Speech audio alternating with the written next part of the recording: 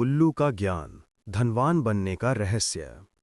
हम सब अपनी जिंदगी में एक ही सवाल से जूझते हैं। पैसा आता कहाँ से है और चला कहाँ जाता है। हम अपनी कमाई को लेकर तनाव में रहते हैं, जबकि हमें ये नहीं पता होता कि हमने अपनी तिजोरी में ही अदृश्य छेद कर रखे हैं। आज हम आपके लिए धनवान बनने का वो शाश्वत ज्ञान लेकर आए हैं जो सदियों से छिपा रहा है। आप जानते हैं, हमारे शास्त्रों में धन की देवी महालक्ष्मी का वाहन उल्लू को माना गया है। उल्लू साधारण नहीं है, वो घने अंधेरे में भी स्पष्ट देख सकता है। वो प्रतीक है उस सूक्ष्म विवेक और ज्ञान का जो हमें उन वित्तीय गलतियों को पहचानने की शक्ति देता है जिन्हें हम दिन के उजाले में भी अपनी लापरवाही में नज़रअंदाज कर देते हैं। इस कथा में आप उन 6 विनाशकारी खर्चों के बारे में जानेंगे जिन्हें बंद करके कोई भी व्यक्ति गरीबी के दलदल से निकलकर स्थायी समृद्धि प्राप्त कर सकता है। ये ज्ञान आपकी मेहनत की कमाई को दीमक की तरह चाट रहे फिजूल खर्ची के दानव से आपको हमेशा के लिए मुक्ति दिलाएगा। अगर आप वाकई अपने जीवन में आर्थिक क्रांति लाना चाहते हैं तो इस कथा को अंत तक सुनिए। तो चलिए इस प्रेरणादायक यात्रा को शुरू करते हैं। मायापुरी का जादूगर और अदृश्य कर्ज का जाल। ये कहानी है मायापुरी नामक एक ऐसे महानगर की जो सपनों को सच करने की ऊर्जा से लबालब था।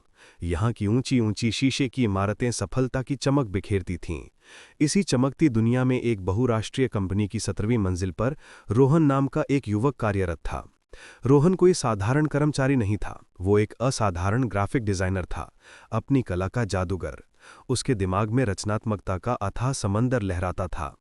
वो अपने माउस के कुछ ही क्लिक से बेजान कॉन्सेप्ट्स में जान डाल देता था। कंपनी के सबसे मुश्किल प्रोजेक्ट्स उसके पास आते और वो उन्हें अपनी कला से सोना बना देता था। इसी प्रतिभा के कारण उसे एक बहुत बड़ा वेतन मिलता था, जिससे मायापुरी जैसे महंगे शहर में भी वो एक आलीशान जीवन जी सकता था। रोहन अपनी पत्नी प्रिया के साथ शहर की एक अच्छी सोसाइटी में किराए के 2 बेडरूम वाले फ्लैट में रहता था। प्रिया एक शांत, समझदार और संस्कारी लड़की थी जो एक स्कूल में पढ़ाती थी। वो रोहन से बहुत प्यार करती थी और उसकी कला की कायल थी। मगर रोहन की जिंदगी में एक बहुत बड़ी कमी थी जो प्रिया को अंदर ही अंदर बेचैन करती थी। रोहन के हाथ में पैसा बिल्कुल नहीं टिकता था। महीने की पहली तारीख को जब सैलरी का मैसेज उसके फ़ोन पर बजता था तो रोहन खुद को दुनिया का सबसे भाग्यशाली इंसान समझता, लेकिन ये खुशी अल्पकालिक होती। चंद दिनों में ही वो ब्रांडेड कपड़े, महंगे विदेशी गैजेट्स और लग्जरी एक्सेसरीज पर सारा पैसा खर्च कर डालता। उसकी जीवन शैली उसकी वास्तविक कमाई से कहीं ज्यादा महंगी थी। रोहन इस झूठी शान के जाल में फंसा हुआ था। उसके दोस्तों का एक ऐसा समूह था जहां हर मुलाकात में महंगे गैजेट्स और आलीशान पार्टियों की होड़ लगी रहती थी। रोहन को डर था कि अगर वो भी उनकी तरह लेटेस्ट और महंगा नहीं दिखाएगा तो उसके दोस्त उसे पिछड़ा हुआ समझेंगे। दूसरों को अपनी सफलता का दिखावा करने की ये लत उसके लिए एक जहर बन चुकी थी। इस अंधाधुंध खर्च का नतीजा ये था कि महीने की 25 तारीख आते आते रोहन की जेब खाली हो जाती। क्रेडिट कार्ड का बिल, घर की ईएमआई जो कि किराए की थी, लेकिन अन्य किश्तें और अनगिनत खर्चों का बोझ उसे इस कदर दबा देता कि उसे अपनी ही कमाई जहर लगने लगती थी। पैसा कहाँ से आता था और कहाँ चला जाता था, इस अंतहीन चक्रव्यूह से रोहन चाहकर भी बाहर नहीं निकल पा रहा था। प्रिया की चिंता और रोहन का टालमटोल। कर्ज का अदृश्य जाल मकड़ी के जाले की तरह उन्हें चारों ओर से कसता जा रहा था। अब तो हालत ये थी कि रोहन एक क्रेडिट कार्ड का बिल चुकाने के लिए दूसरे कार्ड से कैश निकालता और फिर उस दूसरे का बिल चुकाने के लिए तीसरे का इस्तेमाल करता। वो एक ऐसे भयंकर चक्रव्यूह में फंस चुका था जिससे बाहर निकलने का कोई रास्ता उसे सूझ नहीं रहा था। प्रिया जो चुपचाप सब कुछ देखती थी, वो अक्सर रोहन को समझाने की कोशिश करती। एक रात जब रोहन एक बहुत महंगी स्मार्ट वॉच ऑनलाइन ऑर्डर कर रहा था, प्रिया हिम्मत करके उसके पास आई। उसने धीरे से रोहन का हाथ पकड़ा और बेहद शांत स्वर में कहा, रोहन, क्या हमें सच में इस घड़ी की आवश्यकता है? तुम्हारी पिछली घड़ी भी तो बिल्कुल नहीं है। तुम देखो, हमारे 3 क्रेडिट कार्ड्स के बिल हर महीने बढ़ते जा रहे हैं। अगर हम इन छोटी छोटी चीजों पर खर्च करना बंद कर दें तो हम हर महीने थोड़ी थोड़ी बचत करके अपने खुद के घर के डाउन पेमेंट के लिए पैसा जमा कर सकते हैं। अपना घर हो तो कितना अच्छा होगा, है ना? रोहन ने बिना लैपटॉप से नजर हटाए खींचते हुए जवाब दिया। प्रिया, तुम फिर शुरू हो गई। मैं इतनी मेहनत किस लिए करता हूं? अपनी लाइफस्टाइल मेंटेन करने के लिए ही ना। और ये घड़ी इन्वेस्टमेंट है, इससे मेरी प्रोफाइल अच्छी लगेगी। तुम बेकार की चिंता करती हो, मैं सब संभाल लूंगा। प्रिया चुप हो गई। वो जानती थी कि बहस करने का कोई फायदा नहीं है। रोहन अपनी एक अलग ही आभासी दुनिया में जी रहा था। एक ऐसी दुनिया जो सोशल मीडिया पर लाइक्स और कमेंट्स पर चलती थी। वो अपनी हर छोटी बड़ी खरीद, हर पार्टी की तस्वीरें ऑनलाइन पोस्ट करता और फिर घंटों बैठकर उन पर आए लाइक्स गिनता रहता। उसे लगता था कि जितने ज्यादा लाइक उतनी ही ज्यादा उसकी इज्जत है। यह सिलसिला चल रहा था और रोहन अपनी बर्बादी की ओर तेजी से कदम बढ़ा रहा था, जब तक कि नियति ने उसे एक ऐसा झटका नहीं दिया जिसने उसकी पूरी जिंदगी बदल दी। गहराता संकट और आशा के किरण। रोहन अपनी झूठी आभासी दुनिया में ही जीता रहा। सोशल मीडिया पर लाइक्स और कमेंट्स ही उसकी इज्जत का पैमाना बन चुके थे। इस बीच कर्ज का अदृश्य जाल मकड़ी के जाले की तरह कसता जा रहा था। अब तो हालत ये थी कि वो एक क्रेडिट कार्ड का बिल चुकाने के लिए दूसरे कार्ड से कैश निकालता और फिर उस दूसरे कार्ड का बिल चुकाने के लिए तीसरे का इस्तेमाल करता। वो एक ऐसे चक्रव्यूह में फंस चुका था जिससे निकलना नामुमकिन लग रहा था। इस तनाव का असर अब उसके काम पर भी साफ दिखने लगा था। जिस रोहन की तारीफें होती थीं, अब वो छोटी छोटी गलतियों के लिए मीटिंग्स में बॉस से डांट खानी पड़ती थी। उसे लग रहा था जैसे वो बर्बादी के किनारे पर खड़ा है। तभी उसकी जिंदगी में आशा की एक बड़ी किरण आई। उसकी कंपनी को एक बहुत बड़े अमेरिकी क्लाइंट से एक विशाल प्रोजेक्ट मिला। ये एक नई पेय कंपनी की ब्रांडिंग का काम था, जो शुरू से अंत तक रोहन जैसे किसी जादूगर की मांग कर रहा था। ये प्रोजेक्ट इतना महत्वपूर्ण था कि अगर वो इसे सफलतापूर्वक पूरा कर लेता तो मिलने वाली फीस से उसके सारे कर्जे एक झटके में उतर सकते थे और अपने घर के लिए भी एक अच्छी रकम बच सकती थी। जब रोहन ने अपना शुरुआती आइडिया प्रेजेंट किया तो अमेरिकी क्लाइंट उसकी क्रिएटिविटी से इतना प्रभावित हुआ कि उसने शर्त रख दी कि यह पूरा प्रोजेक्ट सिर्फ रोहन ही लीड करेगा। अथक परिश्रम और जीत का जश्न। रोहन के करियर का यह सबसे बड़ा मौका था। उसने खुद से वादा किया कि वो इस बार कोई गलती नहीं करेगा। उसने दिन को दिन और रात को रात नहीं समझा। उसने अपनी आदतें बदली। सोशल मीडिया, दोस्तों की पार्टियां और फिजूल खर्ची से उसने पूरी तरह दूरी बना ली। उसका एक ही लक्ष्य था, ये प्रोजेक्ट। 3 महीने की अथक पागलपन की हद तक की गई मेहनत के बाद रोहन ने एक ऐसा शानदार काम करके दिया कि विदेशी क्लाइंट भी हैरान रह गया। उन्होंने न केवल पूरी फीस दी बल्कि खुश होकर ऊपर से एक मोटा बोनस भी दिया। एक सुबह रोहन के अकाउंट में एक साथ इतनी बड़ी रकम आई कि वो कुछ देर तक अपने फोन की स्क्रीन को घूरता ही रह गया। खुशी से चिल्लाकर उसने प्रिया को गोद में उठा लिया। प्रिया की आंखों में पहली बार खुशी के आंसू थे। प्रिया ने भगवान को धन्यवाद कहा और भावुक होकर कहा, भगवान का लाख लाख शुक्र है रोहन। अब हम सबसे पहले अपने सारे कर्जा चुका लेंगे। उसके बाद जो बचेगा हम उसे कल ही अपने घर के डाउन पेमेंट के लिए फिक्स डिपॉजिट कर देंगे। अब और कोई उधार नहीं और कोई चिंता नहीं। रोहन ने भी भावुक होकर प्रिया के हाथ पर हाथ रखकर कसम खाई, हाँ प्रिया, कल सुबह का पहला काम यही होगा, अब और कोई गलती नहीं। लेकिन इंसान की आदतें वो गहरी जड़ें होती हैं जो एक झटके में नहीं उखड़ती। उस शाम जब उसने ऑफिस में अपने दोस्तों को अपनी इस बड़ी कामयाबी के बारे में बताया तो सबने उसे घेर लिया। उसके दोस्त सुमित ने, जो खुद अपने पिता के पैसों पर जीता था, उसे उकसाया, वाह यार रोहन, इतनी बड़ी जीत ऐसे चुपचाप पचा जाएगा? ये तो नाइंसाफी है। बॉस, एक ग्रैंड पार्टी तो बनती है। दूसरे दोस्तों ने भी हमें हाँ मिलाई, शहर के सबसे महंगे रूफटॉप क्लब में पार्टी होनी चाहिए ताकि सबको पता चले कि रोहन इज बैक। और बस यही वो निर्णायक पल था। रोहन का विवेक उसकी झूठी शान के आगे हार गया। उसके कानों में प्रिया के शब्द नहीं बल्कि दोस्तों की वाहवाही गूंज रही थी।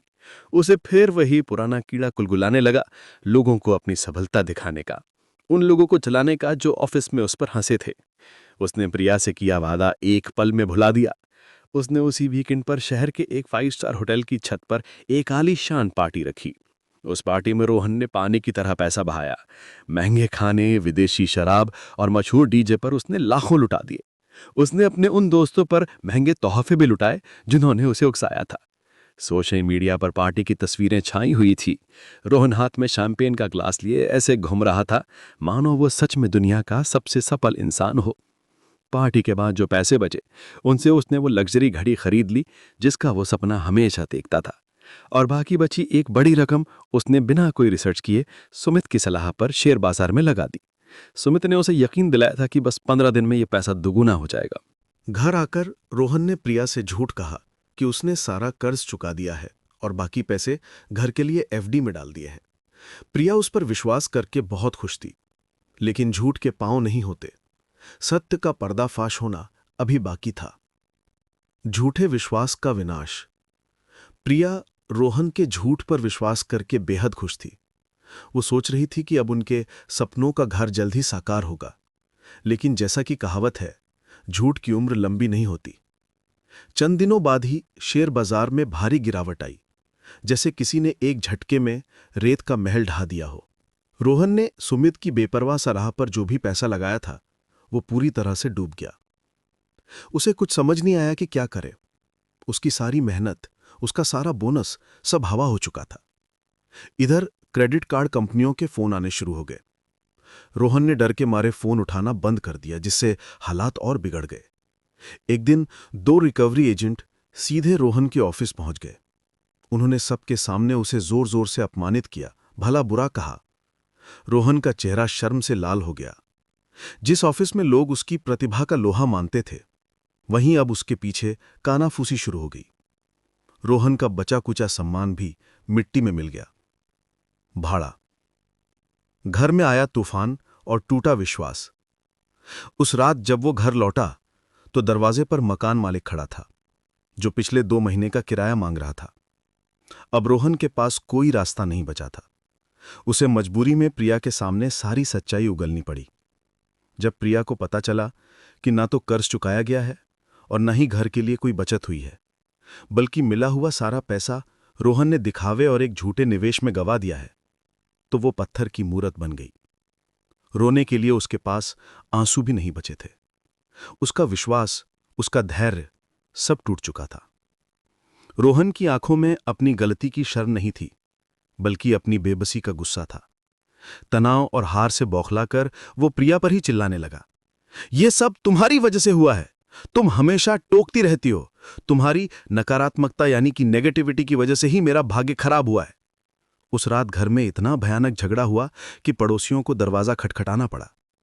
रोहन गुस्से में कार की चाबी उठाई और घर से बाहर निकल गया। वो पूरी तरह से हार चुका था।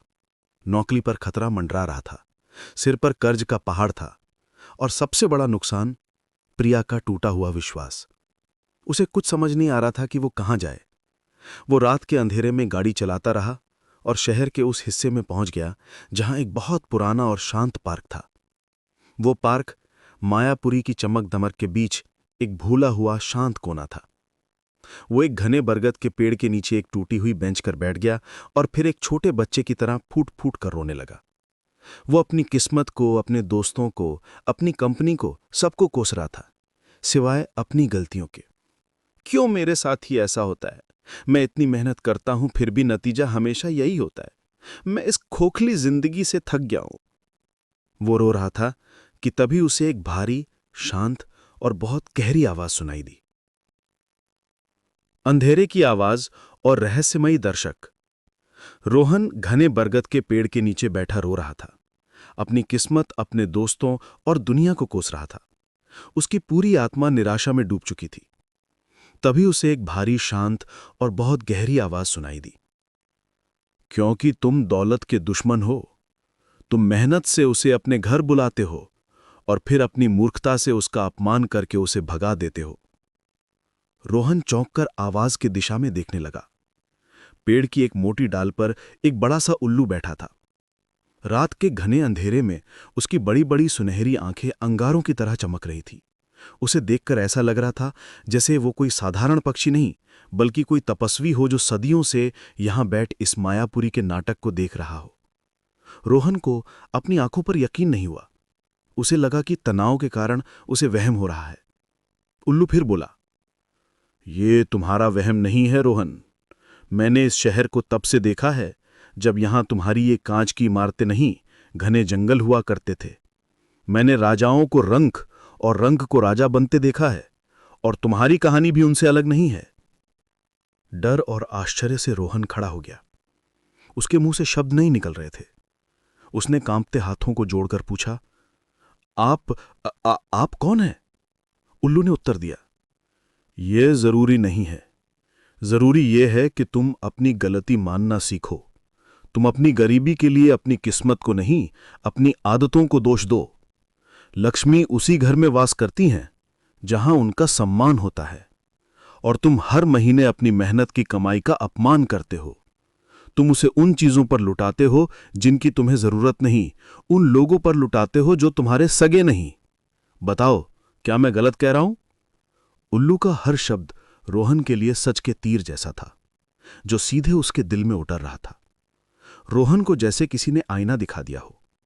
उसे तुरंत समझ आ गया कि वो कितने बड़े भ्रम में जी रहा था। उसकी आंखों से पश्चाताप के गर्म आंसू बहने लगे।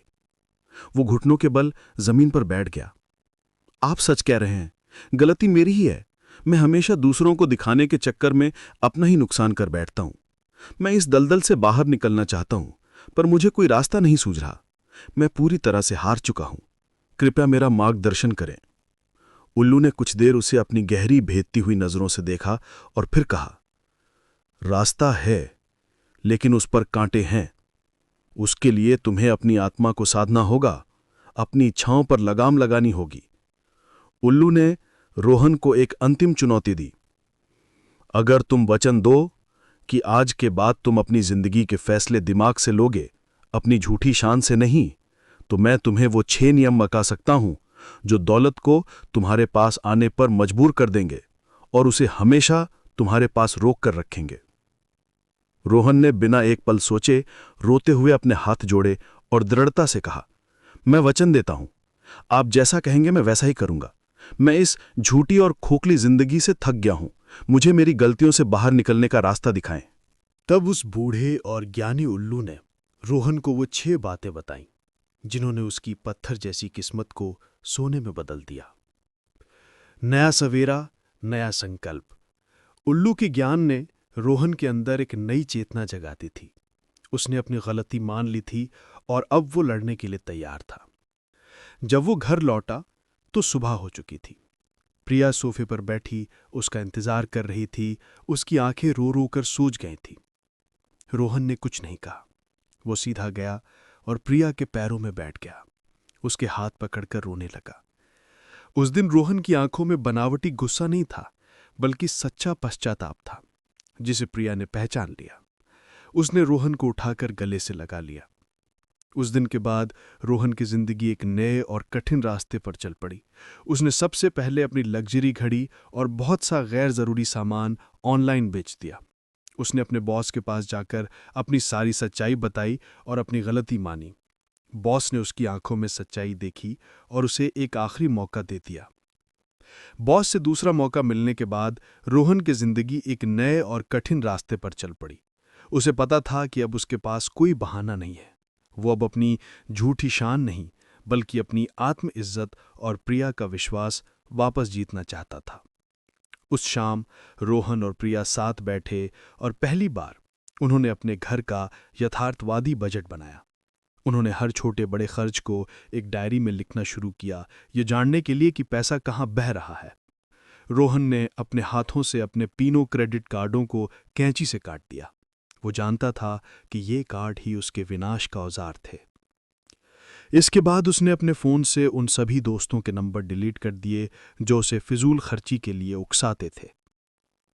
रोहन अब ऑफिस से सीधा घर आता और प्रिया के साथ वक्त बिताता। बाहर खाना पीना, वीकेंड पर घूमना, महंगी पार्टियां करना, सब कुछ बिल्कुल बंद कर दिया गया। शुरुआत में उसे बहुत मुश्किल हुई। जब भी उसका मन किसी नई चीज को खरीदने के लिए ललचाता या जब उसके पुराने दोस्त उसे पार्टी के लिए बुलाते, तो उसे लगता जैसे वो एक पिंजरे में कैद हो गया हो। लेकिन जब भी उसका मन डावाडोर होता, प्रिया उसका हाथ थाम लेती और उसे उस रात बरगद के पेड़ के नीचे उल्लू को दिया गया वचन याद दिलाती। ये एक लंबी और कठिन तपस्या थी। रोहन ने एक एक करके अपने सारे कर्जे चुकाने शुरू किए। इसमें कई महीने नहीं, बल्कि कई साल लग गए। उसने हिम्मत नहीं हारी। वह अब अपनी कमाई का एक बड़ा हिस्सा बचाने लगा। जब सारा कर्जा खत्म हो गया, तो उसने उन्हीं पैसों को किसी दोस्त की खोखली सलाह पर नहीं, बल्कि खुद रिसर्च करके सही जगह पर निवेश करना शुरू किया। वो जानता था कि ज्ञान पर किया गया निवेश ही सबसे बड़ा रिटर्न देता है। एक कोर्स, एक अच्छी किताब या एक सेमिनार पर खर्च किया गया पैसा आपको भविष्य में लाखों कमा कर दे सकता है। फल मिला, संकल्प पूरा हुआ। कुछ ही सालों में रोहन की मेहनत और वित्तीय अनुशासन रंग लाया। उसने न केवल अपना खोया हुआ सम्मान वापस पा लिया, बल्कि उसकी बचत और सही निवेश से इतना पैसा जमा हो गया कि उसने उसी शहर में, जहां वो किराए पर रहता था, अपना एक सुंदर सपनों का फ्लैट खरीद लिया। जिस दिन उन्हें घर की चाबी मिली, वो दिन उनके जीवन का सबसे सुखद पल था। रोहन प्रिया को लेकर सीधा उस पुराने शांत पार्क में गया। बरगद का वही पेड़ आज भी समय के गवाह की तरह वैसे ही खड़ा था। उसने ऊपर देखा, डाल पर वही बूढ़ा ज्ञानी उल्लू शांत बैठा था। रोहन ने हाथ जोड़कर नम आंखों से मन ही मन उसे धन्यवाद दिया।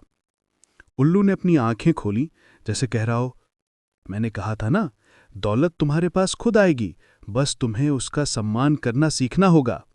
उस बूढ़े उल्लू ने रोहन को जो 6 बातें बताई थीं, वो आज के समय में हर उस इंसान के लिए संजीवनी बूटी की तरह है जो कमाता तो बहुत है पर बचा कुछ नहीं पाता।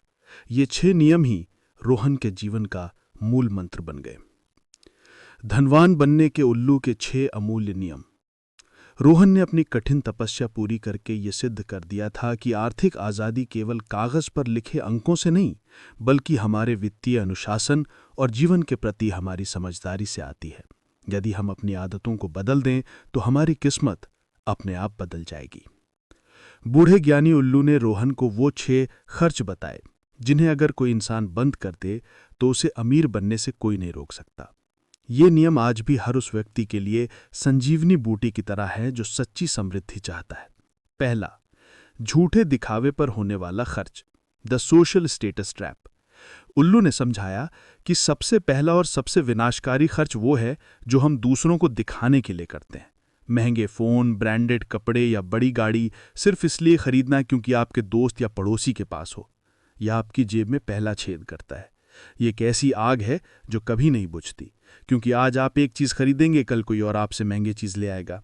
असली इज्जत आपके बैंक बैलेंस और मन की शांति से होती है, उधार की चीज़ों से नहीं। इस दिखावे के खर्च को आज ही बंद कर दो। दूसरा है बुरी संगत और दोस्तों पर उड़ाए जाने वाला खर्च, the cost of bad company. ऐसे दोस्तों पर एक भी पैसा खर्च करना मूर्खता है जो सिर्फ आपके पैसे की वजह से आपके साथ हैं। जो दोस्त आपको शराब, पार्टी और फिजूल खर्ची के लिए उकसाए, वो दोस्त नहीं बल्कि आपका सबसे बड़ा दुश्मन है जो आपको बर्बादी के रास्ते पर ले जा रहा है। अपनी मेहनत की कमाई को ऐसी संगत पर लुटाना बंद करो। सच्चे दोस्त आपसे पैसों के नहीं, आपके साथ की उम्मीद करते हैं। तीसरा है गैर जरूरी सामान के लिए ली गई EMI, द अननेसेसरी डेट। आज के समय का सबसे बड़ा जाल है अभी खरीदो बाद में चुकाओ। हर वो चीज़ जो आपकी ज़रूरत नहीं है लेकिन सिर्फ इसलिए खरीद रहे हैं क्योंकि वो आसान किश्तों पर मिल रही है, वो आपके भविष्य पर लिया गया एक अनावश्यक कर्ज है। किसी भी चीज़ को EMI पर लेने से पहले 100 बार सोचो कि क्या उसके बिना आपका जीवन सच में रुक जाएगा। अगर नहीं तो उस इच्छा को त्याग दो। चौथा है सेहत को नज़रअंदाज करने का खर्च, द हेल्थ बिल। बाहर का जंक फूड खाना, धूम्रपान करना, शराब पीना और अपनी सेहत पर ध्यान न देना, ये वो खर्च है जिसका बिल बाद में अस्पताल के लाखों के बिल के रूप में आता है। जब शरीर साथ नहीं देता तो करोड़ों की दौलत भी मिट्टी लगती है। अपनी सेहत पर किया गया खर्च नहीं बल्कि भविष्य का सबसे बड़ा इन्वेस्टमेंट होता है। अच्छा खाओ और व्यायाम करो, ये तुम्हें भविष्य के बड़े और दर्दनाक खर्चों से बचाएगा। पांचवा है भावनाओं में बहकर मदद या उधार देने का खर्च, द इमोशनल लैंडिंग। मदद करना अच्छा है लेकिन अपनी आर्थिक स्थिति को दांव पर लगा कर नहीं। किसी दोस्त या रिश्तेदार को सिर्फ इसलिए उधार मत दो क्योंकि तुम उसे मना नहीं कर सकते। ऐसा पैसा अक्सर वापस नहीं आता और इससे रिश्ते भी खराब होते हैं। मदद करने से पहले अपनी जेब देखो और उतनी ही मदद करो जितनी अगर वापस ना भी मिले तो आपको कोई फर्क ना पड़े।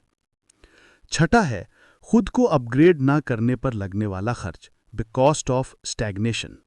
ये सबसे गुप्त और सबसे महत्वपूर्ण नियम है।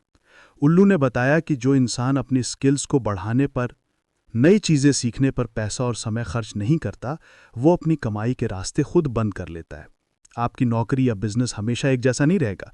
समय के साथ खुद को बेहतर बनाने पर खर्च करो। अपनी नॉलेज पर किया गया निवेश आपको सबसे ज़्यादा और जीवन भर का रिटर्न देता है।